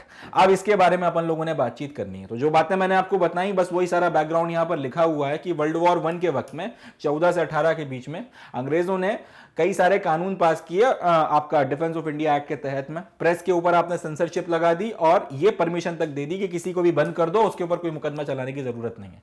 वॉर खत्म हुआ, उसके बाद भी अंग्रेज चाहते थे इसको कंटिन्यू रखा जाए, तो एक कमेटी बनाई गई कि किसी भी तरीके से इस कानून को थोड़ा बहुत काट छांट कर करा के आपको रखना जरूर है, यहाँ पे आप मतलब इसको हटाना नहीं है। तो एक कमेटी बनाई गई जिसके अध्यक्ष थे सर सिडनी रोलेट, और इनके रिकमेंडेशन के बेसिस पर ये सारे के सारे जो मेजर्स थे उनको अमली जामा पहनाया गया, थोड़ा सा मॉडिफाई कर कर जो है उनको कंटिन्यू रखा गया। और ये जो कानून बना, जो डिफेंस ऑफ इंडिया एक्ट का नया मॉडिफाइड वर्जन आपको निकल कर आया, उसका नाम रखा गया रोलेट एक्ट। अब जब ये पास होता है तो ये सरकार को ये पावर तक दे देता है कि अगर किसी को आपको किसी के ऊपर शक हो रहा है कि यार ये जो है कुछ गलत एक्टिविटीज कर रहा है, आप उसे उठा लो और उसके बाद मजिस्ट्रेट के सामने पेश करने की कोई जरूरत नहीं है, आप उसे बंद रखो, जब तक आप चाहते हो उसे जेल में बंद रखो। नॉर्मल कंडीशन ये होती है कि अगर किसी व्यक्ति को अरेस्ट किया जाता है, आज का कानून यह है, तो 24 घंटों के अंदर अंदर आपको उसको मजिस्ट्रेट के सामने पेश करना होता है और आपको बताना पड़ता है कि किन धाराओं में आपने उसको अरेस्ट किया है या फिर किन आधारों पे या किस पर्टिकुलर बेसिस पर आपने उसको अरेस्ट किया है और उसके ऊपर क्या क्या धाराएं लगती हैं। उसके बाद में मजिस्ट्रेट डिसाइड करेगा कि ये अब अरेस्ट रखना चाहिए इस व्यक्ति को या फिर इसको बेल दे देनी चाहिए। अगर मजिस्ट्रेट ने उसको बेल दे दी तो फिर वो फ्री हो जाता है, वो जा सकता है। मगर अगर मजिस्ट्रेट ने उसको अरेस्ट रखा तो फिर अब मजिस्ट्रेट के ऊपर है कि वो 7 दिनों की कस्टडी में भेज रहा है या 14 दिनों की कस्टडी में भेज रहा है या 29 दिनों की कस्टडी में भेज रहा है, वो फिर मजिस्ट्रेट डिसाइड करता है। यहां पर आप पुलिस वालों को या फिर पुलिस को यह पावर दे रहे हो कि किसी को भी उठा लो और उठा के बंद कर दो, मजिस्ट्रेट के सामने डालने की जरूरत ही नहीं है, बताने की भी जरूरत नहीं किसी को अरेस्ट किया। इस तरीके के जो है आपने चीजें रोलेट एक्ट के अंदर जो है पुलिस को करने की पावर आपने दे दी थी। नतीजा ये निकला, गांधी जी ने इसके खिलाफ जो है पूरे देश में कंट्री वाइड कैंपेन चालू किया और इसके खिलाफ काफी ज्यादा विरोध प्रदर्शन वगैरह होना शुरू हुए और इसको फिर उन्होंने लीड किया। आगे बढ़ते हैं। तो अगर आप खास तौर पे नॉर्थ और वेस्ट इंडिया की बात करो, जब गांधी जी ने ये पूरा एक कॉल दिया कि अपने को इसके खिलाफ प्रोटेस्ट करना है, तो खास तौर पे नॉर्थ इंडिया में और वेस्ट इंडिया में जिंदगी एकदम ठप हो गई। सब कुछ जो है स्टैंड स्टिल पर आ गया। जितने आपके शहर थे, जितने आपकी टाउन्स थी, जितनी सिटीज थी, सब एकदम जो है जिंदगी वहां पर थम गई, रुक गई एकदम। ये जो बंद का कॉल दिया गया, गांधी जी ने धरने वगैरह और प्रदर्शन वगैरह में एक चीज और बोली थी कि पूरा आप जो है बंद कर दो। इनफैक्ट ये जो भारत बंद आज भी आपको देखने को मिलता है, ये जो बंद का जो कॉल देने का आह्वान था, ये गांधी जी का एक बहुत बड़ा कंट्रीब्यूशन है। वो जब भी इस तरीके के कॉल दिया करते थे, पूरा का पूरा देश बंद हो जाया करता था। तो ये जो बंद के कॉल वगैरह दिए गए, इसके रिस्पॉन्स में आपकी जितनी भी दुकानें थी वो सबकी सब बंद रही, स्कूल वगैरह जो थे वो बंद रहे और लोग जो है काम पर नहीं गए। पूरा का पूरा देश जो है एकदम रुक सा गया, जैसे लॉकडाउन के वक्त में एकदम सब कुछ शांत पड़ गया था, कहीं कुछ एक्टिविटीज नहीं होनी थी। लगभग वैसी परिस्थितियां आपको नॉर्थ और वेस्ट के इलाकों में गांधी जी के बंद के कॉल के रिस्पांस में, जो रोलेट एक्ट के विरोध में उसका जिसका आह्वान किया गया था, वो आपको देखने के लिए मिलता है। खास तौर पर पंजाब के जो इलाके थे वहां पर आपको बहुत ज्यादा प्रोटेस्ट वगैरह देखने के लिए मिलते हैं। वहां पर आपको रिएक्शंस वगैरह जो थे रोलेट एक्ट के खिलाफ, वो सबसे ज्यादा देखने के लिए मिलते हैं। क्वेश्चन तो ये उठेगा कि रोलेट एक्ट अगर खराब था तो पूरे देश के लिए खराब था, फिर पंजाब में इतना ज्यादा जो है रिएक्शन आपको क्यों देखने को मिलता है? यहां से एक और सवाल उठेगा कि 1857 की इतनी बड़ी रिवोल्ट हो गई और पंजाब में ज्यादा कुछ नहीं हुआ था, तो फिर अब जब ये रोलेट एक्ट पास किया जा रहा है, तब पंजाब में जो है इतना ज्यादा विरोध प्रदर्शन क्यों देखने को मिल रहा है? इसकी वजह है, इसके कुछ पर्टिकुलर रीजंस हैं। सबसे पहला रीजन तो यह है कि अंग्रेजों की जो आर्मी थी, जो ब्रिटिश इंडियन आर्मी हुआ करती थी, इसमें जो मेजर रिक्रूटमेंट होता था वो नॉर्थ वेस्ट के इलाकों से और स्पेसिफिकली पंजाब की तरफ से, पंजाब से होता था। भर भर के जो है हिंदुस्तानियों को पंजाब के इलाकों से, राजपूताने से, इधर उधर से रिक्रूट किया जाता था फौज में। तो पंजाब के इलाकों से बहुत से लोग जो हैं उन्होंने ना सिर्फ सर्व किया था, वो कर रहे थे ब्रिटिश इंडियन आर्मी में सर्व, और उन्होंने अंग्रेजों की तरफ से वर्ल्ड वॉर 1 लड़ा था। कोई ऐसा फ्रंट नहीं था जिसमें अंग्रेजों ने ब्रिटिश इंडियन आर्मी को जो है या फिर हिंदुस्तानी फौज को जो है लड़ने के लिए नहीं भेजा था। ऑस्ट्रेलिया गए थे, यूरोप में आप जो है अलग अलग फ्रंट्स पे उतारा गया था। ये आपका जो मिडिल ईस्ट का इलाका है, यहां पर आप जाके तुर्कों से लड़ाई लड़ रहे हो। सारी चीजें जो है अलग अलग फ्रंट्स पर जाके आपने अंग्रेजों के लिए लड़ाई लड़ी है और ये वॉर आपने उनको जीत कर दिया है। बदले में आप ये उम्मीद कर रहे थे कि आपकी जो सर्विसेज वगैरह आपने दी हैं ब्रिटिश अंपायर को इतने उनके मुश्किल वक्त में, तो बदले में आपको कुछ रिवॉर्ड्स मिलेंगे। रिवॉर्ड्स के नाम पर आप ये उम्मीद कर रहे थे कि आपके देश के लिए वो कुछ शायद नरमी बरतें हैं, कुछ शायद आपको थोड़ा सा जो है कुछ आज़ादियां और मिलें। कनाडा में जिस तरीके से आपने काफ़ी ज़्यादा लिबरल कर रखा है उसी तरीके चीज़ों को, उसी तरीके से आप इंडिया में भी शायद चीज़ों को लिबरल कर दें। ये सारी आपकी उम्मीदें थी। आप पलट कर आपको जब घर आते हो, आपको पता चलता है कि आपके मुंह पे रोलेट एक्ट खींच के मार दिया उन्होंने। जब रोलेट एक्ट जैसी चीजें मार दी हैं कि आपकी आंखों में देखकर अगर पुलिस वाले को लगा कि ये कुछ गड़बड़ कर रहा है, उठा लो इसे, जेल में डाल दो और बस, किसी को बताने की जरूरत नहीं है, जब तक चाहो आप उसको जेल में सड़ाते रहो। इस तरीके के कानून आप पास कर रहे हो ऐसे देश के लिए जिस देश के लोगों ने आपके लिए अलग अलग फ्रंट्स पर जाके वॉर लड़े हैं। तो उसके बाद में ऑब्वियस सी बात है गुस्सा आना ही था, और वो गुस्सा जो है फिर एकदम फूट पड़ा। पंजाब में जो है खास तौर पर बहुत ज्यादा प्रोटेस्ट और बहुत ज्यादा आपको चीजें देखने के लिए मिली हैं। आगे बढ़ते हैं। इनफैक्ट ये फोटोग्राफ भी है, ये ब्रिटिश इंडियन आर्मी में आपका जो सिख रेजिमेंट है वो लोग आपका यूरोप में में किसी एक पर्टिकुलर फ्रंट पर जा रहे हैं, एक इंग्लिशमैन जो है उनको चीयर अप कर रहा है। तो इस तरीके से कोई एक ऐसा फ्रंट नहीं था जहां पे हिंदुस्तानी फौजों ने अंग्रेजों के लिए लड़ाई नहीं लड़ी है, ना सिर्फ वर्ल्ड वॉर 1 में बल्कि वर्ल्ड वॉर 2 में भी। चलें आगे बढ़ते हैं। तो गांधी जी को जो है जब ये पंजाब के लिए जा रहे थे, अब जब ये सारे प्रोटेस्ट वगैरह वहां पे हो रहे हैं और सारी चीजें चल रही हैं, तो जब गांधी जी पंजाब जा रहे थे इन प्रोटेस्ट में शामिल होने के लिए, तब इनको रास्ते में अरेस्ट कर लिया गया। लोकल जो आपके कांग्रेसमैन थे पंजाब वगैरह के, उन सबको भी जो है अरेस्ट कर आपने जेलों में डाल दिया। और सिचुएशन जो है दिन पर दिन बहुत ज्यादा टेंस होने लगी, बहुत ज्यादा खराब होने लगी। होते होते होते होते वो बुरा दिन भी आया और अप्रैल 1919 में 13 अप्रैल 1919 टू बी स्पेसिफिक, अमृतसर में जलियांवाला बाग का कांड हो गया। तो पहले हम लोग थोड़ा सा जलियांवाला बाग का बैकग्राउंड देख लेते हैं, उसके बाद में फिर हम आगे देखेंगे कि इसके क्या नतीजे या क्या कंसिक्वेंसेज हुए थे। हुआ ये था कि पंजाब में काफ़ी ज़्यादा प्रोटेस्ट वगैरह चल रहे थे रूलेट एक्ट के खिलाफ में, काफ़ी प्रोसेशंस निकाले जा रहे थे, काफ़ी सारी चीज़ें हो रही थी। तो जैसा कि मैंने आपको बताया, गांधी जी को भी पंजाब नहीं जाने दिया गया और लोकल जो कांग्रेस वगैरह के लीडर थे उनको भी अरेस्ट किया गया था। तो कहानी ये थी कि 9 अप्रैल के दिन, 9 अप्रैल 1919 को, दो जो प्रोमिनेंट आपके लीडर थे, डॉक्टर सत्यपाल और सैफुद्दीन किचलू, इनको जो है अरेस्ट कर लिया गया था और इनको अरेस्ट कर जेल में डाल दिया गया। तो इसके खिलाफ फिर काफ़ी ज़्यादा प्रोटेस्ट हुए और इन प्रोटेस्ट वगैरह में फिर पुलिस ने फायरिंग वगैरह करी, लाठीचार्ज किया। इसके विरोध में दंगे भड़क गए। इन दंगों के में हुआ ये कि 5 इंग्लिशमैन जो थे, 5 अंग्रेज मारे गए और बाकी हिंदुस्तानियों का जो नुकसान हुआ सो हुआ ही हुआ। नतीजे में आपने किया ये कि जो आपके अमृतसर के इलाके में खास तौर पर और पंजाब को इन जनरल अगर आप बात कर लें, यहाँ पर आपने आर्मी का मूवमेंट वगैरह थोड़ा सा बढ़ा दिया और ब्रिगेडियर जनरल डायर हुआ करते थे, उनके कमांड में आपने अमृतसर वगैरह में ट्रूप्स को भेजा था लॉ एंड ऑर्डर को मेंटेन रखने के लिए। अब 13 अप्रैल के दिन, उस दिन बैसाखी थी, बैसाखी के दिन जनरल डायर ने एक ऑर्डर जारी किया कि अमृतसर से बाहर जाने वाले या फिर अमृतसर के अंदर आने वाले हर लोगों की जो है चेकिंग वगैरह की जाएगी और इनको पास वगैरह दिए जाएंगे। इस तरीके से एक ऑर्डर वगैरह आपने सुबह जारी कर दिया। अब क्योंकि उस दिन बैसाखी थी तो अमृतसर के आसपास के जितने भी गांव के लोग थे वो काफी बड़ी मात्रा में जो है वहां पर जलसा वगैरह होता था या चीजें या आपकी जो भी सेलिब्रेशंस होते थे उसमें पार्टिसिपेट करने आते थे। जलियांवाला बाग एक बड़ा कॉमन प्लेस थी, यहाँ पे काफी लोग मिलते थे, काफी सारी चीजें जो है होती थी। अब यहाँ पे काफी मात्रा में लोग इकट्ठे हो गए। क्यों आपने जो ऑर्डर वगैरह दिया था इसको अब या तो आपने न्यूज़पेपर में छपवाया होगा या इश्तेहार में दिया होगा, तो जो लोग न्यूज़पेपर वगैरह पढ़ते थे उनको पता चल गया। अगर जो आप थोड़ा बहुत रेडियो पे अगर ब्रॉडकास्ट करवाया होगा तो उनको पता चल गया होगा। बाकी जो गांव वगैरह से आने वाले लोग थे उनको तो अंदाजा था नहीं कि यहाँ पे क्या चल रहा है या फिर किस तरीके के ऑर्डर वगैरह जो है जारी किए गए। तो ये लोग काफ़ी मात्रा में जो है इकट्ठे हो गए आपका जलियांवाला बाग में। और यहाँ पे अब क्योंकि बैसाखी का दिन था, सेलिब्रेशंस वगैरह हो रहे थे, साथ में कुछ लोगों को खबर वगैरह लगी कि इस तरीके से ये यहाँ पे काफ़ी लोग इकट्ठे हो रहे हैं। तो कुछ आपके जो ये सपोर्टर्स वगैरह जो थे, जो लीडर्स वगैरह अरेस्ट हुए थे, उनके कुछ सपोर्टर्स भी यहाँ पर आ गए। अब जब ये सारी बातें जनरल डायर तक पहुंची तो जनरल डायर ने इसको फिर अपने अहम के ऊपर ले लिया, या जो भी हुआ हो वो अपने लोगों को लेकर जलियांवाला बाग में आते हैं। अब जलियांवाला बाग का जो पूरा का पूरा इलाका है, इसमें बाहर निकलने का सिर्फ एक ही रास्ता था। ये बाग कुछ इस तरीके से हुआ करता था, ये 3 तरफ से बंद था और यहां से जाने का सिर्फ एक ही जो है बाहर का रास्ता था। अंदर आपके सेलिब्रेशन वगैरह चल रहे हैं, हजारों की तादाद में जो है लोग मौजूद हैं। ये आदमी आता है और ये आपका जो मेन एंट्री एग्जिट पॉइंट था जहां से आप अंदर बाहर जा सकते थे उसको ब्लॉक करता है। चारों तरफ अपनी ट्रूप्स जो है वो लगाता है, लोगों को घेरता है और बिना कोई वार्निंग ऑर्डर दिए सिर्फ एक ही बात बोलता है, फायर। और फायर बोलने के बाद में लगातार 20 मिनट तक गोलियां चलती हैं, लगातार राउंड पे राउंड 400 राउंड के करीब फायरिंग हुई थी। और इसका नतीजा जो निकल कर आता है, ये फोटोग्राफ में इस चीज को बहुत अच्छे से डिपिक्ट किया गया है।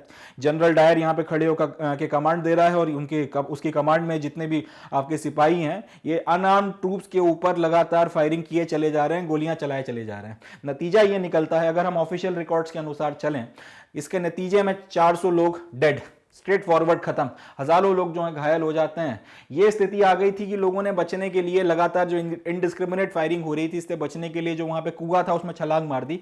जनरल डायर को इतने में भी सुकून नहीं पड़ा तो उन्होंने जाके उस कुएं के अंदर गोलियां चलवाई थी ताकि अगर अंदर कोई बचा हो तो वो सर्वाइव ना कर पाए। बच्चे, बूढ़े, औरतें, किसी को नहीं छोड़ा गया। और 400 का नंबर खैर ऑफिशियल आंकड़ा है इसलिए इसको रखा जाता है, बट कई लोग इसको भी डिस्प्यूटेड मानते हैं। कांग्रेस के अपने जो लीडर्स थे वो बोलते थे कि कम से कम 1000 लोगों की मौत हुई हुई थी इसमें, 400 का आंकड़ा जो है बहुत छोटा बताया गया। खैर जो भी हो, 400 people as per official accounts were dead, हजारों जो है, थाउजेंड्स वर इंजर्ड, और इसको जो है जलियांवाला बाग मसक्कर कहा जाता है।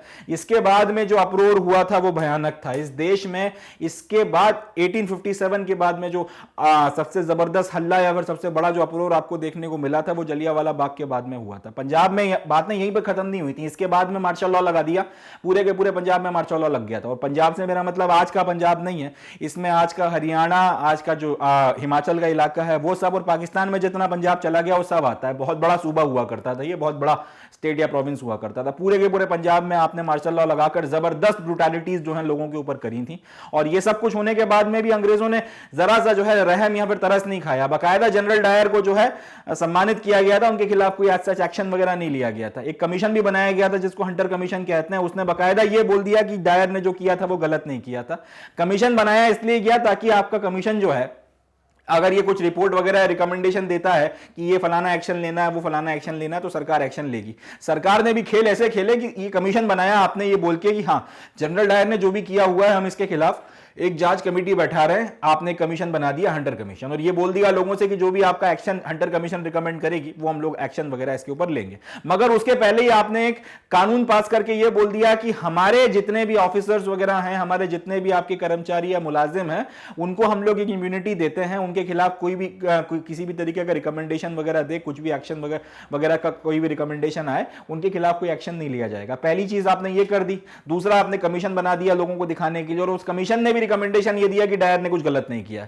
तो इससे मसले और ज्यादा खराब हो गए, चीजें यहां पे और ज्यादा बिगड़ गई। कई लोग ये बोलते हैं कि हिंदुस्तान से ब्रिटिश अंपायर का जो फाइनली डिसीजन हो गया था कि अब यहां पर अंग्रेजों के साथ नहीं रहा जा सकता, उसमें जलियांवाला बाग का जो ये मैसेकर है ये एक डिसाइसिव मोमेंट था। इसके बाद अब डिसाइड हो गया कि अब किसी तरीके की और कोई बात नहीं हो सकती। इसके पहले तो ये था कि कनाडा जैसी कॉलोनी बना दो, डोमिनियन स्टेटस दे दो, थोड़ा सा हमको जो है सरकार में शामिल कर लो, भाई भाई की तरह रहेंगे, ये कर लेंगे वो कर लेंगे, सब तरीके की बातें हो रही थी। मगर जलियांवाला बाग में अंग्रेजों ने अपना जो रूप दिखाया था उसके बाद डिसाइड हो गया, उसके बाद क्लियर हो गया कि अब अंग्रेजों के साथ में नहीं रहा जा सकता, अब आजादी चाहिए। इससे कम में किसी भी बात के ऊपर अब कोई और मतलब किसी तरीके का कोई डिस्कशन नहीं हो सकता। अब डोमिनियन स्टेटस और साथ रहेंगे और ये और वो, कनाडा बना देंगे, ऑस्ट्रेलिया बना देंगे, हो गया। अब हिंदुस्तान में अंग्रेज नहीं रह सकते, ये इसके बाद में पर्टिकुलरली डिसाइड हो गया था। अंग्रेजों को भी समझ में, जो आज के हिस्टोरियंस हैं इस बात को लिखते हैं कि ये आखिरी पॉइंट था जिसके पहले एक उम्मीद थी कि शायद ब्रिटिश अंपायर यहां पे कंटिन्यू कर सकता है। But Jallianwala Bagh massacre was the last nail in the coffin,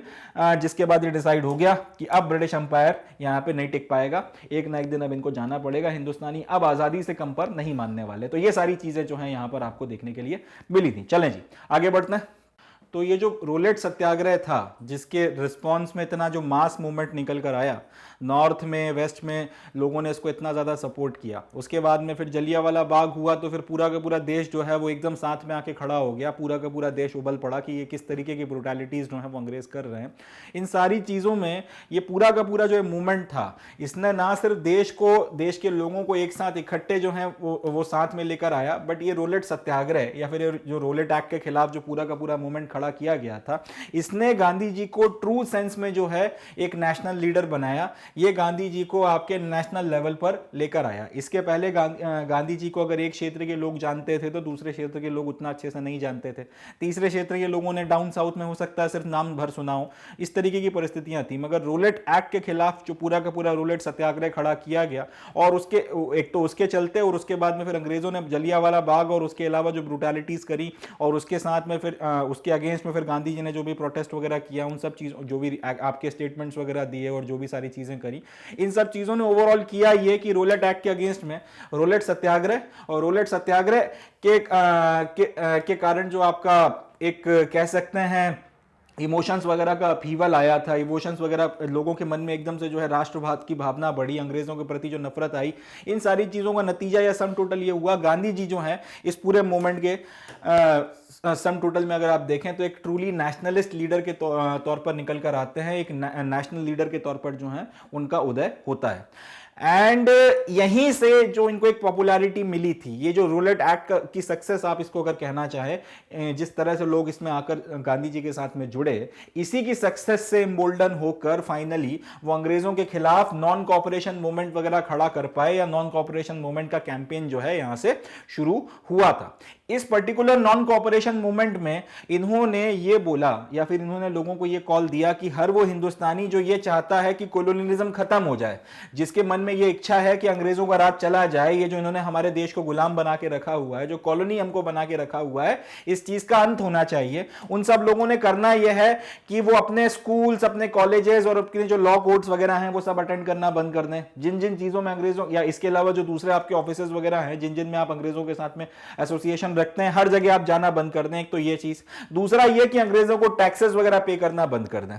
साथ ही साथ आपने ये भी बोला कि हर वो तरीका या हर वो जगह जहां पर अंग्रेजों के साथ में या अंग्रेज सरकार के साथ में आपका किसी भी तरीके का वॉलंटरी एसोसिएशन है, मतलब आप अपनी इच्छा के साथ में अंग्रेज सरकार के साथ में जहां जहां जुड़े हुए हो, हर उस जगह से आप रिनंसिएशन करिए, हर वो चीज छोड़ दीजिए। तो ये 2-3 जो कॉल है नॉन कॉपरेशन मूवमेंट के गांधी जी ने दिए थे। मगर ये कॉल देने की क्षमता या फिर इम्बोल्डनिंग उनको कहां से मिली? तो वो कॉल देने की क्षमता या इम्बोल्डनिंग जो है उनको रोलेट सत्याग्रह से मिली, क्योंकि रोलेट सत्याग्रह में लोग उनके साथ में आकर जुड़े और इसके नतीजे में गांधी जी एक नेशनलिस्ट लीडर के तौर पर उनका उदय हुआ। एक बार इसका एक नेशनलिस्ट लीडर के तौर पर उनका उदय हुआ, देश के अलग अलग हिस्सों में उनकी मास फॉलोइंग बनी, तो उसके बाद में फिर उनमें भी जो है हिम्मत आई और उन्होंने भी जो है डिसाइड किया कि नॉन कॉपरेशन मूवमेंट अब लॉन्च किया जा सकता है। और उसी के नतीजे में फिर ये सारी बातें करी कि स्कूल, कॉलेज, लॉ कोर्ट सब छोड़ दो, जितने भी वॉलंटरी एसोसिएशन है अंग्रेज सरकार के साथ में सब बंद कर दो, और मोस्ट इंपॉर्टेंटली टैक्सेस पे करना बंद कर दो। इस तरीके की चीजें वगैरह कर आप पूरी तरीके से अंग्रेजों के खिलाफ जो है नॉन कॉर्पोरेशन कर सकते हैं, जिसको हिंदी में बोला जाता है सविनय अवज्ञा। सविनय अवज्ञा जो है आप कर सकते हैं, और इस नॉन कॉपरेशन मूवमेंट की मदद से हम लोग अंग्रेजों के खिलाफ बिना कुछ किए, अंग्रेजों के खिलाफ बिना हिंसा किए, बिना शस्त्र उठाए उनको घुटनों पर ले आएंगे। ये गांधी जी का ऑब्जेक्टिव था। इनफैक्ट उन्होंने ये भी कहा था कि अगर ये जो सविनय अवज्ञा है या फिर ये जो नॉन कॉपरेशन है, अगर आप इसको इफेक्टिवली कैरी आउट करते हो, अगर आप इसको इफेक्टिवली चलाते हो, तो ये जो स्वराज की डिमांड है, ये जो आप इंडिपेंडेंस की बात कर रहे हो, ये 1 साल के अंदर अंदर जीता जा सकता है। क्योंकि अगर आप सरकार चलाना इंपॉसिबल कर दोगे, अगर आप किसी तरीके से कॉपरेट ही नहीं करोगे, तो फिर सरकार चलेगी कैसे? अगर आपके रेलवे के ड्राइवर जो हैं वो गाड़ी चलाने से मना कर दें, ट्रेनें मूव नहीं करेंगी। आपके जो सरकारी एम्प्लॉइज हैं वो काम करने से मना कर दें, आपके जो मिल वर्कर्स हैं वो आपका काम करने से मना कर दें, किसान और बाकी सब जो लोग हैं वो आपका टैक्स वगैरह देने से मना कर दें, तो हर चीज, अगर आपके जो लॉयर्स वगैरह हैं अगर वो मुकदमा लड़ने से मना कर दें, आपके जो पुलिस वाले हैं हिंदुस्तानी अगर वो किसी को गिरफ्तार करने से मना कर दें, अगर टोटली जो है नॉन कॉपरेशन की स्थिति आ जाती है, तो अंग्रेज जो है उनकी स्थिति ऐसे इंसान की तरह हो जाएगी जो हिंदुस्तान जैसे बड़े हाथी को धकाने की कोशिश कर रहा है और वो हाथी बैठ गया है। अब आप कितनी भी कोशिश कर लो वो हाथी तो धकने जरा, तो बस वैसी स्थिति बन के तैयार हो जाएगी और अंग्रेजों के पास में कोई ऑप्शन नहीं बचेगा थक हार कर हिंदुस्तान छोड़कर जाने के। इस पर्टिकुलर फिलॉसफी या इस पर्टिकुलर लॉजिक के बेसिस पर उन्होंने ये कहा था कि अगर नॉन कॉर्पोरेशन मूवमेंट को जैसा मैं चाहता हूं उसी इफेक्टिवनेस के साथ अगर आप लोग कैरी आउट कर गए तो स्वराज आपको 1 साल के अंदर अंदर मिल जाएगा।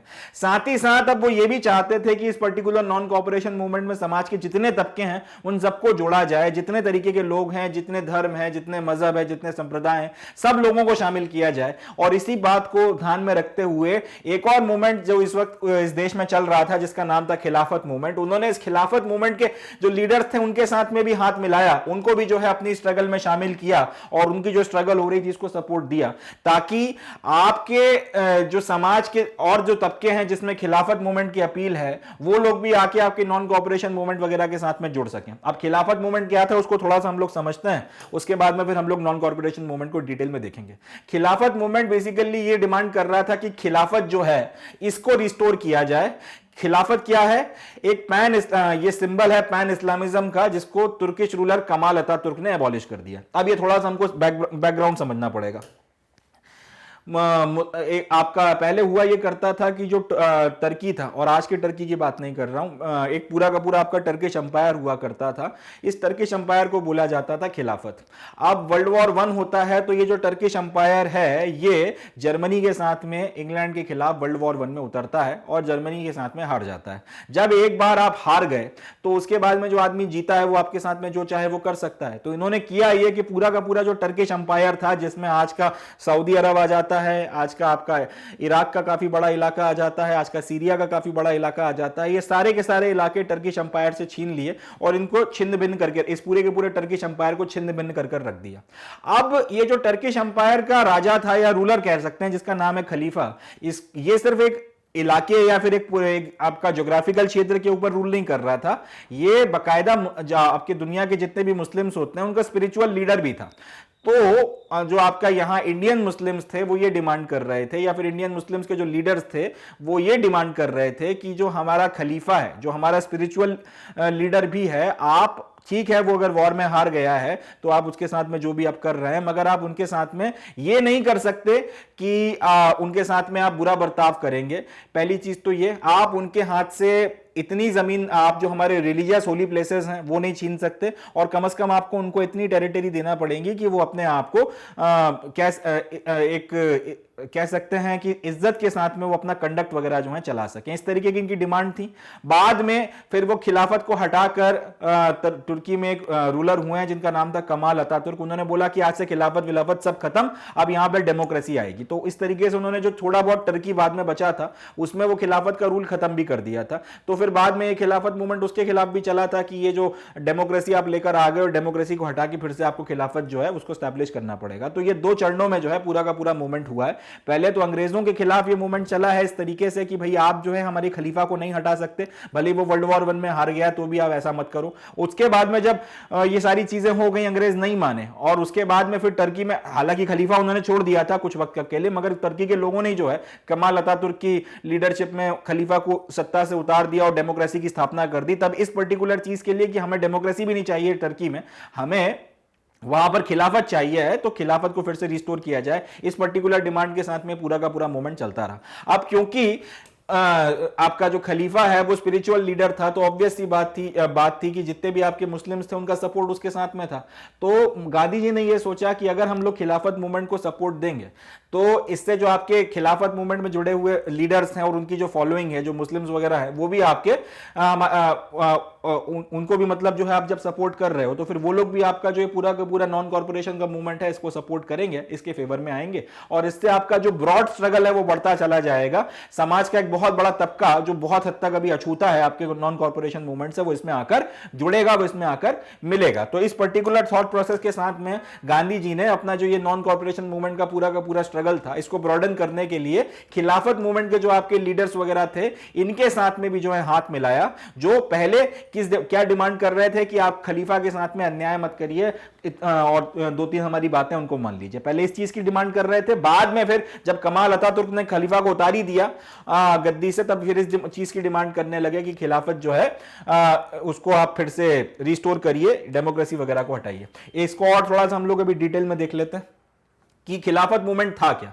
तो 1919 से लेकर 1920 तक ये मेजर चला, इसके बाद भी थोड़ा बहुत ऊपर नीचे ये होता रहा, बट मेन डिमांड इनकी पहले यही थी कि, और ये मूवमेंट जो था किसका, बेसिकली ये इंडियन मुस्लिम्स का मूवमेंट था, जिसको 2 लोग लीड कर रहे थे। एक का नाम था मोहम्मद अली और एक का नाम था शौकत अली। इनको हम लोग कंबाइंड तौर पर अली ब्रदर्स भी कहते हैं। इन लोगों की डिमांड ये थी कि आपका जो तुर्की का सुल्तान है, जो खलीफा है, ये हालांकि आपका वर्ल्ड वॉर 1 हार गया है, मगर फिर भी जो आपकी मुस्लिम सीक्रेट प्लेसेस हैं आप उसके ऊपर उसका कंट्रोल नहीं छीन सकते। बाकी उसका जो अंपायर वगैरह आप छिन्न भिन्न कर रहे हो, उसमें से आपने सऊदी अरब का जो इलाका है आज का वो निकाल दिया, ठीक है, आपने सीरिया को निकाल दिया, वो ठीक है, इराक को निकाल दिया, वो ठीक है, सब ठीक है, मगर आप जो मुस्लिम प्लेसेस हैं, होली प्लेसेस हैं सेक्रेट, आप वो उनके ऊपर से खलीफा का कंट्रोल नहीं छीन सकते, पहली चीज। दूसरी, इसमें खास तौर पर क्या आ जाती है, जियारत उल अरब,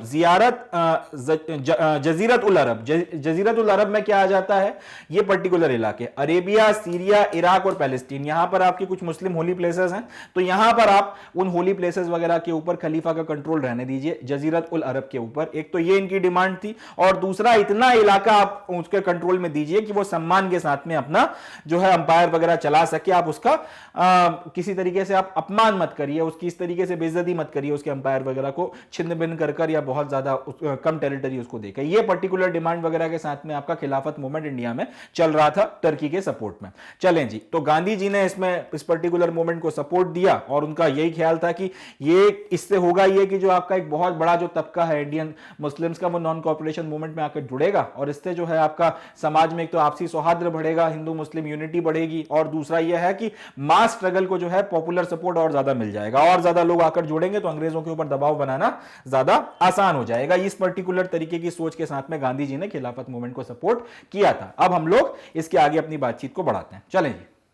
तो गांधी जी का विचार यह था कि अगर आप नॉन कॉपरेशन मूवमेंट को खिलाफत मूवमेंट के साथ में जोड़ते हैं, तो खिलाफत मूवमेंट को लाने का मतलब यह है कि मुस्लिम कम्युनिटी क्योंकि इस मूवमेंट को चला रही है, तो वो कम्युनिटी पूरी की पूरी भी आपकी जो है आपके मूवमेंट या नॉन कॉपरेशन मूवमेंट के सपोर्ट में आएगी, और हिंदूज अगर आपके खिलाफत मूवमेंट का सपोर्ट करेंगे तो इससे होगा ये कि जो दो आपकी मेजर रिलीजियस कम्युनिटीज हैं इंडिया में, एक है हिंदूज और दूसरे हैं मुस्लिम्स, ये लोग सब साथ में आ सकते हैं और ज्यादा इफेक्टिवली जो है कलेक्टिवली और ज्यादा इफेक्टिवली जो है अंग्रेजों के खिलाफ लड़ाई लड़ सकते हैं, ताकि कॉलोनियल रूल को खत्म किया जा सके।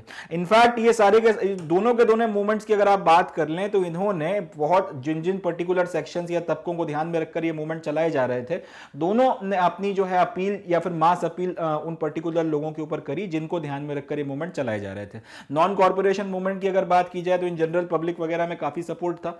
खिलाफत मूवमेंट का बात की जाए तो मुस्लिम्स वगैरह में इसको काफी ज्यादा सपोर्ट आपको देखने के लिए मिल रहा था। तो इसमें कोई शक की बात नहीं है कि जो मूवमेंट्स हैं इन्होंने एक सर्ज ऑफ पॉपुलर एक्शन जो है उसको खड़ा किया, और इस तरीके का पॉपुलर एक्शन 1857 के बाद से या इतने बड़े लेवल पर मास सपोर्ट जो है आपको देखने के लिए कॉलोनियल इंडिया में नहीं मिल रहा था। 1857 के बाद से अब 1920, 1919, 1920, 21, 22 में जिस तरीके की चीजें हुई, तब आपको इस तरीके का अनप्रेसिडेंटेड सपोर्ट मिलेगा। ये अंग्रेजों ने भी नहीं सोचा था इस तरीके के जो मूवमेंट्स वगैरह खड़े हो जाएंगे और इतने बड़े लेवल पर मास स्केल पर इंडियंस जो है वो बाहर निकल कर आएंगे।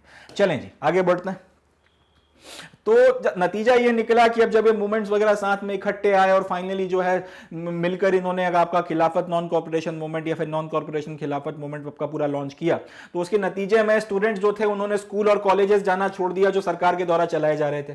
लॉयर जो थे उन्होंने कोर्ट वगैरह अटेंड करने से मना कर दिया। वर्किंग क्लास वगैरह जो थी वो आपकी सारी की सारी स्ट्राइक पर चली गई और कई सारे शहर वगैरह जो है बंद हो गए और ठप पड़ गए। अगर आप सरकारी आंकड़ों के अनुसार ही चलते हो तो आपको यह पता चलता है कि 1921 में देश भर में लगभग 396 स्ट्राइक्स हुई थी। इसके कारण इसमें लगभग आपके 6 लाख के करीब जो है वर्कर्स वगैरह इन्वॉल्व थे, और इसमें 7 मिलियन वर्किंग डेज का जो है नुकसान हुआ था। 7 मिलियन वर्किंग डेज का मतलब यह है एक आपका जो वर्कर है वो कितने घंटे काम करता है उसके बेसिस पर आपका पूरा एक वर्किंग डे कैलकुलेट होता है। तो 6 लाख वर्कर्स के स्ट्राइक पर जाने के कारण जितना आपका एक वर्कर के स्ट्राइक पर जाने के कारण जितना नुकसान एक दिन का हो रहा था वर्किंग डे का, उसके साथ में मल्टीप्लाई वगैरह करके उन्होंने कैलकुलेशन निकाला था कि लगभग 7 मिलियन वर्किंग डेज का जो है नुकसान हुआ है। और अकॉर्डिंगली इसी से आपकी जीडीपी पे, आपके रेवेन्यूज पे और बाकी सारे बिजनेस पे क्या नुकसान हुआ है वो सारी चीजें भी आपको यहां से निकलकर समझ में आ रही थी। मगर पॉइंट यह है कि ऑफिशियल फिगर्स जनरली जो है वो आपको चीजों को कम करके बताते हैं, वो जनरली बातों को बढ़ा चढ़ाकर या एज इट इज जैसी वो होती है वैसा नहीं बताते। अगर उसके बाद भी अगर ऑफिशियल फिगर्स इस तरीके की बातें बता रहे हैं तो यहां से अपने को एक बात समझ में आती है कि एक आदमी के कॉल पर अगर पूरा का पूरा देश इस तरीके से अनप्रेसिडेंटेड सपोर्ट दे सकता है तो उसकी मास अपील क्या रही होगी, क्या शानदार किस्म की मास अपील उस व्यक्ति की रही होगी। और बस यही बात जो है गांधी जी को खास बनाती है कि उनके एक ऑर्डर पे कोई हिंसा नहीं हो रही है, यहां पे किसी तरीके की ऐसा नहीं है कि वायलेंस हो रहा हो, लोग अंग्रेजों को गाली दे रहे हो, मार रहे हो, इस तरीके की चीजें कर रहे हो, ऐसा कुछ नहीं हो रहा। आप किसी के साथ कोई हिंसा नहीं कर रहे, किसी भी तरीके का कोई गलत व्यवहार नहीं कर रहे, बस आप किसी भी तरीके का कॉपरेशन नहीं कर रहे, आप सविनय अवज्ञा कर रहे हो, आप किसी भी तरीके का सपोर्ट या फिर किसी भी तरीके का कॉपरेशन करने के मूड में नहीं हो। तो बस वही चीज यहां पर आपको देखने को मिलती है, लगातार इस तरीके के जो है आर्थिक तौर पर नुकसान अंग्रेजों को दिए चले जा रहे हैं। गांधी जी के एक कॉल पर देश आपका इस तरीके से खड़ा हो गया है। कंट्री साइड की अगर आप बात कर लें, देहात के इलाकों की बात कर लें, तो ऐसा नहीं था कि ये सारा का सारा मूवमेंट सिर्फ आपका शहरों के इलाके में ही चल रहा था। गांधी जी का क्या सपोर्ट था या किस लेवल तक जो है उनकी मास अपील थी, ये बात अपने को समझ में आती है। देहात के इलाकों में जिस तरीके से नॉन कोऑपरेशन मूवमेंट में लोग उठकर आए और जिस तरीके से खड़े हुए और जिस तरीके से लोगों ने सपोर्ट किया है गांधी जी का, उससे अपने को यह भी समझ में आता है कि ग्रामीण क्षेत्रों तक में गांधी जी की क्या अपील थी या क्या मास अपील थी। और वो भी उस टाइम पीरियड में जब मोड्स ऑफ कम्युनिकेशन बहुत ज्यादा नहीं थे। ऐसा नहीं था कि आपने खड़े होकर रेडियो पे या टीवी पर एक बात कह दी और देश भर में लोगों ने उसको सुन लिया, ट्विटर या फेसबुक पर जो है आपको लाइक कर दिया और रीट्वीट कर दिया। ये वो जमाना नहीं है। ये वो जमाना है जब कुछ लोगों के सामने खड़े होकर आपने भाषण दिया है, उसको फिर अखबार में छाप दिया गया। अखबार भी बहुत लोग पढ़ नहीं सकते हैं क्योंकि लिटरेसी बहुत ज्यादा थी। आपका जो वर्ड ऑफ माउथ होता था, लोगों की एक से दूसरे से तीसरे से जो है बातें एक से दूसरी जगह पहुंच रही हैं, तब ऐसी परिस्थितियों में इस तरीके की पॉपुलैरिटी होना अपने आप में कोई छोटी मोटी बात नहीं है। तो कंट्री साइड में जो डिस्कंटेंट था, जो शोभ था नॉन कोऑपरेशन मूवमेंट में, वो शोभ किस तरीके से निकल कर आया। नॉर्दर्न आंध्र प्रदेश की अगर आप बात कर लें तो यहां पर लोगों ने, या फिर जो आपके हिल ट्राइब्स वगैरह के जो लोग थे, उन्होंने फॉरेस्ट लॉज को वायलेट करना शुरू कर दिया। फॉरेस्ट लॉज में यह था कि एक सर्टेन क्षेत्र जो थे आपके फॉरेस्ट वगैरह के या फिर जो आपके वन के या जंगल के, उनको प्रोटेक्टेड एरिया डिक्लेयर कर दिया गया था। और प्रोटेक्टेड एरिया डिक्लेयर करने का मतलब यह है कि अब आप उसमें नहीं जा सकते सरकारी परमिशन के बिना। तो ये जो हिल ट्राइब वाले थे, ये बेचारे बड़े परेशान होते थे क्योंकि इनकी पूरी जिंदगी जो है ये इन्हीं जंगलों में कटी है। एक दिन अंग्रेज आके बोलते हैं कि इन जंगलों का ये हिस्सा जो है अब आपके लिए वर्जित है, ये आपके लिए आउट ऑफ बाउंड है, आप वहां पे कदम नहीं रख सकते। तो अब काफी फिर लड़ाई झगड़े हुए, अल्टीमेटली अंग्रेजों ने इनको दबा लिया। तो इनको मजबूरी में वो बात मानना पड़ रही थी। अब इनको आपने वक्त के साथ में नाम दे दिया फॉरेस्ट लॉज का कि आप इन सर्टेन इलाकों में नहीं जा सकते, ये कानून है और ये फॉरेस्ट लॉ है, इसका आपको पालन करना पड़ेगा। तो नॉर्थ के इलाकों में, नॉर्थ आंध्र के इलाकों में, आंध्र प्रदेश के नॉर्दर्न इलाकों में हिल ट्राइब्स ने इस बात को वायलेट कर दिया। अवध के इलाकों में जो आपके किसान थे, उन्होंने टैक्स पे करने से मना कर दिया। कुमाऊं क्षेत्र जो आपका पड़ता है, आपका उत्तरांचल वगैरह या उत्तराखंड का जो इलाका है, कुमाऊं क्षेत्र वगैरह, वहां पर आपके जो किसान वगैरह थे और आपके जो वर्कर्स वगैरह थे, उन्होंने कॉलोनियल ऑफिशियल्स का सामान उठाने से मना कर दिया। ये सारी चीजें वगैरह चल रही थी। इंटरेस्टिंग बात ये निकल कर आती है इन सारे मूवमेंट्स वगैरह में, ये सारे प्रोटेस्ट मूवमेंट्स में, ये जो आपके देहात के इलाकों में चल रहे हैं, यहां पे एक इंटरेस्टिंग बात जो निकल कर आ रही है वो ये आ रही है कि कई बार ये जो मूवमेंट्स वगैरह हैं, नेशनलिस्ट लीडरशिप ने जिस तरीके के डायरेक्शंस आपको दिए हुए हैं, उसके भी विरोध में जाकर की जाती थी, उसके भी डिफाइंस में जाकर आप ये सारा का सारा काम करते थे। यानी कि नेशनलिस्ट लीडर ने आपको बोल रखा है कि आपने ये करना है, आपने ये नहीं करना है, ऐसा करना है, ऐसा नहीं करना है, बट आपने अपने मन मर्जी से जिस तरीके से आपको ठीक लग रहा है आप उस तरीके से विरोध प्रदर्शन कर रहे हैं। अब नेशनलिस्ट लीडर्स ने कहीं पर नहीं कहा कि आप फॉरेस्ट लॉज को जो है वायलेट कर दें या फिर आप लोगों का सामान उठाने से मना कर दें, बट आपको लगा कि यह भी एक तरीका है नॉन कोऑपरेशन का, तो फिर आप ये भी करेंगे। और अपने तरीकों से जो आपके नेशनलिस्ट लीडर्स ने जो भी बातें आपको बताई हैं, वो सब सुनकर समझकर अपने तरीके से लोगों ने अपने अपने तरीके से भी जो है रिस्पॉन्स वगैरह दिए हैं। नतीजा वही निकल कर आया कि कहीं पे फॉरेस्ट लॉज वायलेट हो रहे हैं, कहीं पे टैक्सेस नहीं पे किए जा रहे, कहीं पे आपके कॉलोनियल ऑफिशियल्स के लोड उठाने से मना किया जा रहा है। सारी चीजें चल रही हैं। इनफैक्ट आपके जो पीजेंट्स हैं, वर्कर्स हैं और दूसरे जो लोग हैं, उन्होंने कई बार ये जो नॉन कॉर्पोरेशन मूवमेंट का जो एक कॉल दिया जाता था कि अपने को सविनय अवज्ञा करनी है, अपने को इन लोगों के साथ में अब कॉर्पोरेशन नहीं करना, इस कॉल को उन्होंने अपने अपने हिसाब से लिया, अपने अपने हिसाब से इंटरप्रेट किया। और जिस तरीके से उनको लगता था अपने इंटरेस्ट में कि हम लोग अंग्रेजों के साथ में अगर ऐसा करेंगे तो नॉन कॉर्पोरेशन मूवमेंट होगा, उन्होंने उसी तरीके से अपने अपने इंटरेस्ट के हिसाब से जो है इन इंस्ट्रक्शंस को मानते हुए या ना मानते हुए भी अपने अपने तरीकों से विरोध प्रदर्शन किए। और नॉन कॉर्पोरेशन मूवमेंट में आपको कई जगहों पे इसलिए यूनिक तरीके के विरोध प्रदर्शन भी देखने के लिए मिलते हैं। चलें आगे बढ़ते हैं। गांधी जी की जो बायोग्राफी वगैरह लिखी गई है, इनके एक अमेरिकन बायोग्राफर हुआ करते थे, इनके अच्छे दोस्त भी थे, उनका नाम था लुइस फिशर। तो गांधी जी के अमेरिकन बायोग्राफर भी थे, साथ में दोस्त भी थे, अच्छे इनके बढ़िया घनिष्ठ संबंध थे इनके साथ में, बढ़िया इनके रिलेशनशिप थे। तो लुइस फिशर साहब लिखते हैं, non cooperation movement basically became the name of an epoch in the life of India and of Gandhi. यानी कि हिंदुस्तान और गांधी जी की जिंदगी में एक नई सुबह की तरह आपका नॉन कॉर्पोरेशन मूवमेंट निकल कर आया था। इसने एक नई सुबह, एक नई जिंदगी, एक नई दुनिया की शुरुआत कर दी थी। It was non cooperation was negative enough to be peaceful but positive enough to be effective. यानी कि यहां पर ऐसा भी नहीं था कि हर जगह पे लोग आपके पीसफुल ही थे, कई जगहों पे छिटपुट हिंसाएं भी हुई हैं, एकदम सब लोग एकदम आपका एब्सोल्यूट पीसफुल हो गए, वैसा भी नहीं हुआ। तो कई जगहों पे आपको थोड़ा बहुत वायलेंस भी देखने को मिला है, मगर it was positive enough to be effective. यानी कि सबसे इंपॉर्टेंट चीज जो थी वो ये थी कि अंग्रेजों को इसने हिलाकर रख दिया था। इसने अंग्रेजों को ये इस बात का एहसास करा दिया था कि बिना कोई हिंसा किए, बिना किसी तरीके का शस्त्र उठाए कोई व्यक्ति कितना इफेक्टिव हो सकता है। बिना लोगों को किसी जंग में लीड किए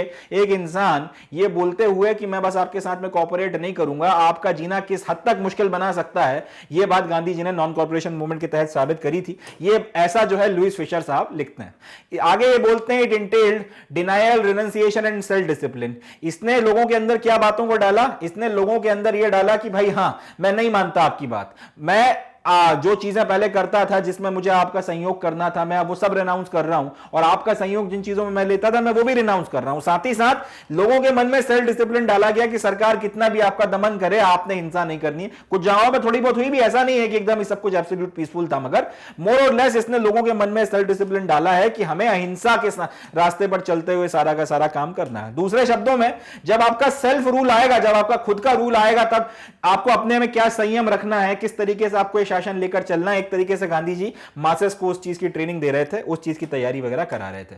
और इस सारे के सारे मूवमेंट का कंसीक्वेंस क्या निकल कर आता है? इस सारे के सारे मूवमेंट का कंसीक्वेंस ये निकल कर आता है कि 1857 के बाद में बिना हिंसा किए, 1857 में तो जबरदस्त मारकाट हुई भी थी, बहुत वायलेंस हुआ था, मगर 1857 के बाद में पहली बार बिना किसी तरीके की हिंसा किए, बिना किसी तरीके का मेजर वायलेंस, बिना किसी तरीके के कोई रिवोल्ट या बिना किसी तरीके की अपराइजिंग या म्यूटिनी के बावजूद लोग बड़ी मात्रा में सड़कों पर निकल कर आ रहे हैं। अंग्रेजों से मुस्कुराते हुए बोल रहे हैं कि कुछ नहीं करेंगे आपके साथ में, और कुछ नहीं करेंगे का मतलब लिटरली कुछ नहीं करेंगे, किसी तरीके का कोई सपोर्ट नहीं करेंगे, और बिना कुछ किए आपके साथ में बहुत कुछ कर देंगे।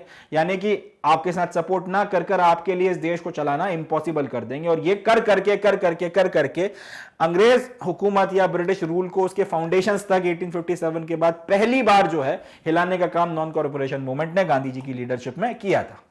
तो ये मूवमेंट अपना फिर पूरे मोमेंटम के साथ में चल रहा था और लोग इसमें काफ़ी मात्रा में जुड़ रहे थे और इसके इफेक्टिव नतीजे भी निकल कर आ रहे थे। आप चाहे आपके अमेरिकन बायोग्राफर लुईस फिशर इस बात को बोलें या फिर बाकी सारे हिस्टोरियंस वगैरह, उनके भी अगर आप रिकॉर्ड्स पढ़ते हो, इनफैक्ट आप ब्रिटिश रिकॉर्ड्स भी देख लेते हो, तो आपको समझ में आता है कि अंग्रेज काफ़ी ज़्यादा चिंतित इस सारी चीज़ों से हो गए थे, परेशान हो गए थे। और सबसे बड़ी बात यह है कि वो किसी तरीके का एक्शन नहीं ले सकते क्योंकि सामने वाला किसी तरीके का कोई रिएक्शन नहीं दे रहा है। आप किसी पे पुलिस एक्शन तब लोगे जब कहीं पे कोई हिंसा हो रही हो, कहीं पे कोई मारकाट हो रही हो, कुछ नहीं हो रहा है। आप किसी के खिलाफ आप स्ट्राइक करने का राइट खुद देते हो और सामने वाला स्ट्राइक पे बैठा हुआ है, तो आप ज्यादा ज्यादा उसे नौकरी से निकाल सकते हो, उसे मार नहीं सकते आप इस चीज के लिए। तो आप ऐसा कोई काम, अंग्रेज जो है इस बात से परेशान हो गए थे कि गांधी जी की लीडरशिप में हिंदुस्तानी ऐसा कोई काम कर ही नहीं रहे, कोई मौका ही नहीं दे रहे कि किसी तरीके से उनका दमन किया जा सके, किसी तरीके से उनका शोषण किया जा सके या किसी तरीके से उनके खिलाफ वायलेंस या फिर एक्शन किया जा सके और ब्रुटैलिटी के साथ में पूरे के पूरे आंदोलन को कुचला जा सके। तो इस बात को लेकर अंग्रेज और ज्यादा जो है परेशान हो गए।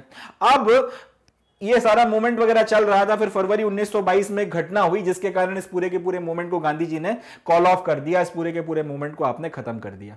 गोरखपुर उत्तर प्रदेश में एक जगह पड़ती है, एक छोटा सा गांव है जिसका नाम है चौरा चौरी। वहां पर 5 फरवरी को एक घटना हुई थी। घटना यह हुई थी कि कुछ आपके जो वहां पे जो लोकल पुलिस वाले थे, उन्होंने किसानों के साथ में कुछ बात हुई होगी, तो कुछ किसानों को बहुत ब्रुटैलिटी के साथ में, निर्दयता के साथ में मारा या उनकी पिटाई वगैरह कर दी। अब जब ये बात वगैरह फैली और अफवाहें वगैरह भी फैली कि किसी की मृत्यु हो गई है या बहुत बुरी तरह से मार दिया, इस तरीके की बातें जब फैली तो फिर सारे के सारे लोग जो हैं वो इकट्ठा होना शुरू हो गए पुलिस स्टेशन के बाहर, नारेबाजी होने लगी, सारी चीजें हुई। पुलिस ने फिर कुछ क्रैकडाउन या एक्शन वगैरह करने की कोशिश करी तो फिर भीड़ जो है आक्रोशित हो गई और उसके बाद में उन्होंने पूरी की पूरी जो आपकी पुलिस चौकी थी उसको आग लगा दी और इसमें फिर लगभग 22 पुलिस वाले जो थे वो मारे गए थे। काफी सारे पुलिस वाले जो हैं वो इसमें जिंदा जला दिए गए थे। ये पूरी की पूरी घटना हुई थी एक गांव में जो जिसका नाम था चौरा चौरी, उस वक्त का यूनाइटेड प्रोविंस, आज का उत्तर प्रदेश और गोरखपुर जिला। तो अब जब ये वायलेंस वगैरह हुई तो फिर अंग्रेजों को मौका मिल गया क्रैकडाउन करने का और यहां पे वायलेंस होने के बाद में जब ये खबर फैली तो बाकी जगहों पर भी जो है आपकी वायलेंस वगैरह की संभावना बन गई, वायलेंस वगैरह की स्थिति जो है तैयार हो गई। तो फाइनली जब गांधी जी ने ये देखा कि अब आंदोलन में लोग जो है वो अहिंसा के मार्ग से हट रहे हैं, जब उन्होंने ये देखा कि अब वायलेंस वगैरह हो रहा है, तब गांधी जी ने फिर ये बोला कि नहीं, मैं ये बर्दाश्त नहीं कर सकता, अहिंसा एब्सोल्यूट है, उसके ऊपर किसी भी तरीके का कोई कॉम्प्रोमाइज नहीं हो सकता, वायलेंस का जवाब वायलेंस से नहीं दिया जाना चाहिए। और ये बोलते हुए उन्होंने पूरा का पूरा जो मूवमेंट है उसको कॉल ऑफ कर दिया, पूरा का पूरा जो मूवमेंट है उसको विड्रॉ कर दिया और ये बोला कि अभी हमें अपने ऊपर और काम करने की जरूरत है, अभी हम लोग अहिंसा का मतलब रियल सेंस में समझे नहीं है, अभी हमें अपने ऊपर और जो है काम करना पड़ेगा। इस तरीके से गांधी जी ने आपका ये पूरा का पूरा जो नॉन कॉपरेशन मूवमेंट है अहिंसा के एक वायलेंस के एक पर्टिकुलर एक्शन पर और उसके बाद में दूसरी जगहों पर इस तरीके की पुनरावृत्ति ना हो, रिपीटिशन ना हो, इस बात को ध्यान में रखते हुए उन्होंने पूरा का पूरा मूवमेंट जो है उसको कॉल ऑफ कर दिया। अब नॉन कॉर्पोरेशन मूवमेंट जब हुआ था तो इसमें इसके कुछ अपने इफेक्ट्स भी पड़े हैं, उसके बारे में भी बात करना जरूरी है। तो ये जो नेक्स्ट अपना टॉपिक है, इनफैक्ट जो अपना आखिरी टॉपिक है इस सेशन का, वो है इफेक्ट्स ऑफ द मूवमेंट। उसमें अब हम लोग ये देखेंगे कि नॉन कॉर्पोरेशन मूवमेंट का असर क्या पड़ा। पहली चीज जो हुई, नॉन कॉर्पोरेशन मूवमेंट के टाइम पीरियड में हजारों लोगों को जो है जेल में डाल दिया गया, thousands of people were put in jail. एक तो ये चीज हुई। दूसरा, ये गांधी जी जो खुद थे उनको मार्च 1922 में अरेस्ट किया गया और उनके ऊपर सेडिशन का मुकदमा चलाया गया। इसके बाद में मुकदमा वगैरह चला और फाइनली जो कोर्ट ने या जज ने इनको 6 साल की सजा दी, 6 इयर्स इंप्रिजनमेंट की जो है इनको सजा होती है। मगर देखिए मजे की बात क्या है, जो आपके जज ब्रूमफील्ड थे जो ये पूरा का पूरा जजमेंट सुना रहे थे, उन्होंने जजमेंट सुनाते वक्त उन्होंने क्या कहा, वो बड़ी एक इंटरेस्टिंग बात है। If the course of events in India should make it possible for the government to reduce the period and release you, no one will be better pleased than I. यानी कि उन्होंने ये बोला कि अगर कुछ ऐसी परिस्थितियां बनती हैं हिंदुस्तान में कि सरकार आपकी की जो ये सजा है, जो 6 साल की मैंने आपको जो सजा दी है या सजा सुनाई है, अगर इसको कम कर कर आपको जल्दी छोड़ देते हैं तो मुझसे ज्यादा खुशी और किसी व्यक्ति को नहीं होगी। अब जो आदमी आपको सजा दे रहा है वो तक आपके बारे में इस तरीके की विचार रखता है, इस तरीके की बात रखता है, जिससे साबित होता है गांधी जी कितने हाई आइडियल्स के इंसान थे कि आपको सजा देने वाला जज तक ये बोल रहा है कि कानून के तहत मुझे आपको ये सजा देना पड़ रही है, मगर अगर आपको सरकार किसी भी परिस्थितियों के कारण अगर जल्दी छोड़ती है या फिर जल्दी आपको अगर रिहा कर देती है, सजा आपकी कम कर देती है, तो मुझसे ज्यादा खुश कोई नहीं होगा। यह बात वो कह रहा है जो आदमी खुद सजा दे रहा है। तो ये गांधी जी के कैरेक्टर के बारे में, उनकी पर्सोना के बारे में, उनकी मास अपील के बारे में एंड मोस्ट इंपॉर्टेंटली उनके कन्विक्शन के बारे में बहुत कुछ कहता है। और इसी से आपको समझ में आता है कि क्यों Gandhi ji as a leader अगर देखा जाए पूरे नेशनल मूवमेंट में बाकी सारे लीडर्स की अपेक्षा अलग दिखाई पड़ते हैं, अलग खड़े हमको समझ में आते हैं। So with this we come to the end of the session. आज के सेशन में हम लोगों ने पूरा का पूरा जो नॉन कॉर्पोरेशन मूवमेंट था उसके पहले की क्या परिस्थितियां थी, कैसे नॉन कॉर्पोरेशन मूवमेंट बना, उसमें फिर खिलाफत मूवमेंट को किस तरीके से और किस सोच के साथ में शामिल किया गया, क्यों खिलाफत मूवमेंट को आपने विड्रॉ किया, उसके बीच में जलियांवाला बाग एंड खिलाफत मूवमेंट की इफेक्ट्स वगैरह, इन सारी चीज़ों को हम लोगों ने देखा। साथ ही साथ हम लोगों ने ये देखा कि सारी चीज़ों में गांधी जी की पर्सनालिटी एज अ लीडर किस तरीके से इवॉल्व हुई है, गांधी जी किस तरीके से एक लीडर के तौर पर इसमें निकल कर आते हैं, उभर कर आते हैं और किस तरीके से वो पूरे के पूरे मूवमेंट्स को इंस्पायर करते हैं, लीड करते हैं। और जो बातें उन्होंने बनारस हिंदू यूनिवर्सिटी की अपनी स्पीच में कही थी, किस तरीके से अपने उन कन्विक्शंस को, अपने उन थॉट्स को वो एक्चुअल प्रैक्टिस में लेकर आते हैं, इन सारी बातों को देखकर हम लोगों ने खत्म किया है। आने वाले जो सेशंस रहेंगे इसी में हम लोग आगे हिंदुस्तान का जो पूरा फ्रीडम मूवमेंट रहा है उसकी जर्नी और उसमें गांधी जी का जो प्रभाव है उसके बारे में बातचीत करेंगे और जो दूसरे फर्दर एस्पेक्ट्स हैं, चाहे आपका नॉन कॉर्पोरेशन मूवमेंट के बाद में सिविल डिसोबीडियंस मूवमेंट हो, चाहे आपका राउंड टेबल कॉन्फ्रेंसेज हो, बाकी सारी चीज़ों को भी हम लोग डिटेल में आने वाले सेशंस में देखेंगे। बट आज के लिए हम लोग अपनी बातचीत का ताना बाना यहीं पर रोकते हैं। खत्म करने के पहले मैं आप लोगों को बताना चाहूँगा कि आप लोग मैग्नेट ब्रेन्स की हमारी वेबसाइट पर जाइए। यहाँ पे क्लास 1 से लेकर क्लास 12 तक सारा एजुकेशन आपको फ्री ऑफ कॉस्ट प्रोवाइड कराया जाता है। मैग्नेट ब्रेन्स ये कभी नहीं करता कि आपको 2 चैप्टर्स पढ़ाए फ्री में और उसके बाद ये बोले कि बाकी सिलेबस के लिए आपको हमको पे करना पड़ेगा, ऐसा कभी नहीं होगा। आपको सारे के सारे सिलेबस जो है वो free of cost he provide कराए जाएंगे। वेबसाइट पर जाइए, जो भी क्लास का सब्जेक्ट आप पढ़ना चाहते हैं उस क्लास पर आप टैप करें। जैसे क्लास 12 पर अगर आप क्लिक करेंगे तो उसके बाद में जितने भी सब्जेक्ट्स वगैरह और उनके जो भी कोर्सेज हैं वो सब निकल कर आएंगे। उसमें से आप जो भी आप सब्जेक्ट पढ़ना चाहते हैं, जो भी कोर्स पढ़ना चाहते हैं उस पर क्लिक करिए। उसके सारे वीडियोज़ वगैरह ऑर्डर्ड तरीके से अरेंज्ड हैं, सब निकल कर बाहर आ जाएगा और उसके बाद आप पढ़ना शुरू कर सकते हैं। जितना पढ़ना चाहे उतना पढ़ सकते हैं, जितना चाहे उतना नॉलेज गेन कर सकते हैं, लाइफ में अच्छा कर सकते हैं, एग्जाम्स में बढ़िया कर सकते हैं, देश के प्रति कंट्रीब्यूट कर सकते हैं और एक बढ़िया करियर बना सकते हैं। तो इसी नोट पे I would be calling at the day, concluding the lecture. ध्यान रखें, पॉजिटिव रहें, पढ़ते रहें। मिलते हैं अगले लेक्चर में। थैंक यू, जय हिंद।